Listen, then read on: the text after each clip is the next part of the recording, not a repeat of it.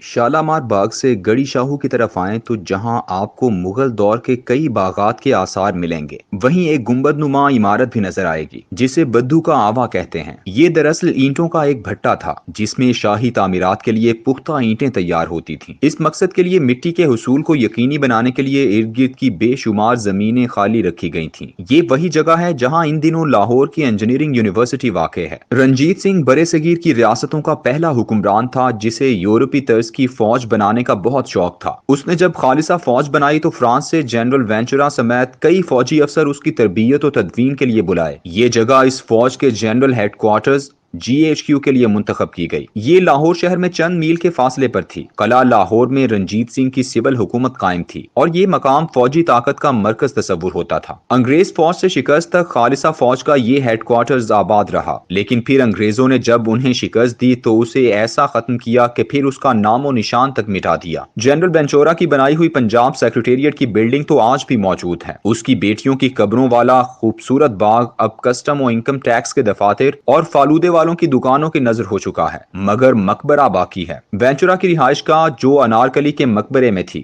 وہاں تاریخ کے وہ تمام اوراق آج بھی رکھے ہیں جن میں نہ صرف اس فوج ہی نہیں بلکہ سکھ سلطنت کے زوال کی عبرتناک داستان بکھری ہوئی ہے، لیکن اس ہیڈ کوارٹرز کا نشان بھی نہیں ملتا۔ رنجیت سنگھ کو فوج بنانے کا اس قدر شوق تھا کہ اس نے سول ایڈمنسٹریشن بھی اسی فوج کے ذمہ لگا دی اور کسی بھی قسم کی سول انتظامیہ نہ بنائی۔ ہر مسئلہ خواہ وہ لا اینڈ آرڈر کا تھا یا عدالتی فیصلہ، سب کچھ فوج کے ہی ہاتھ میں دے دیا گیا۔ فوج نے رنجیت سنگھ کو علاقوں پر علاقے فتح کر کے دیے اور یوں اس کے دل میں برے صغیر پاک و ہند کا ویسا حکمران بننے کی خواہش پیدا ہوئی جیسے قدیم گپتا اور موریہ خاندان کی بادشاہتوں میں ہوا کرتے تھے۔ یہی وجہ ہے کہ اس نے جدید خطوط پر ضرورت سے بڑی فوج بنا لی اور قدیم 10,000 یا 5,000 مناصب والی قدیم غیر منظم فوج سے نجات حاصل کر لی۔ رنجیت سنگھ نے اسی جدید فوج کی وجہ سے پشاور سے ملتان اور دلی تک اپنی سلطنت کو اتنی وسعت دی کہ جو دریائے سندھ سے دریائے جمنا کے کناروں تک پھیل گئی۔ اس کے پاس 80,000 فوج تھی جن کی تنخواہیں اور دیگر اخراجات عام آدمی پر ظالمانہ ٹیکسوں، مالیہ اور لگان کی صورت وصول کیے جاتے تھے۔ رنجیت سنگھ کی سلطنت کو چاروں طرف سے انگریز فوج نے گھیر رکھا تھا جو اپنی چھاونیوں میں بیٹھے بڑی باریک بینی سے اس سرزمین کی طرف للچائی ہوئی نظروں سے دیکھ رہے تھے۔ دوسری جانب رنجیت سنگھ کے دل میں عظیم حکمران بننے کا خواب ایسا تھا کہ وہ مسلسل فوج کو وسعت دیتا رہا۔ اس نے ہر سکھ فوجی کے دل میں یہ جذبہ کوٹ کوٹ کر بھر دیا تھا کہ ایک دن تم ہی نے برے صغیر میں انگریز فوج کو شکست دے کر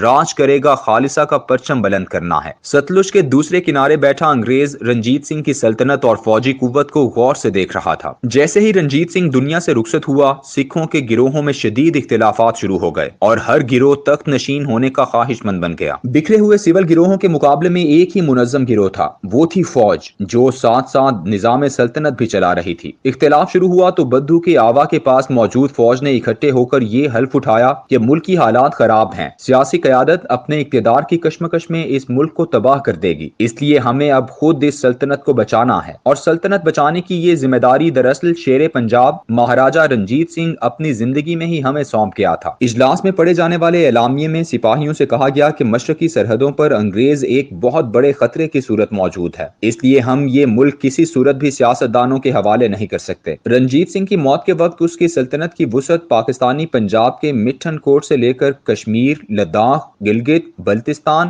پورا خیبر پختونخوا، یہاں تک کہ موجودہ قبائلی علاقے تک تھی، اور بھارت کا پنجاب، ہریانہ اور ہماچل پردیش تک سب اس کے باج گزار تھے، جبکہ موجودہ چین کا تکلا کوٹ اور تبت کا مغربی حصہ بھی رنجیت سنگھ سلطنت میں شامل تھا۔ 38 سال اور 76 دن حکومت کرنے کے بعد جب 27 جون 1839 کو وہ انتقال کر گیا تو سکھ روایات کے مطابق اس کے بڑے بیٹے کھڑک سنگھ کو تخت نشین کر دیا گیا۔ خالصہ فوج کھڑک سنگھ کو ایک نااہل شخص تصور کرتی تھی جو موروثی طور پر وہاں آ گیا تھا۔ فوج سمجھتی تھی کہ اسے اب خود آگے بڑھ کر سکھوں کی قیادت کرنی چاہیے کیونکہ اب یہ دو گروہوں میں تقسیم ہو چکے ہیں اور یہ سکھ قوم کے لیے نقصان دہ ہے۔ سکھوں کے دونوں گروہوں میں اختلاف اس قدر شدید تھے کہ دونوں گروہ یعنی ڈوگرے اور سندھنان والے ایک دوسرے کے خون کے پیاسے ہو چکے تھے۔ کھڑک سنگھ نے اپنے لیے ایک نیا مشیر خاص مقرر کیا جس کا نام چیت سنگھ باجوہ تھا۔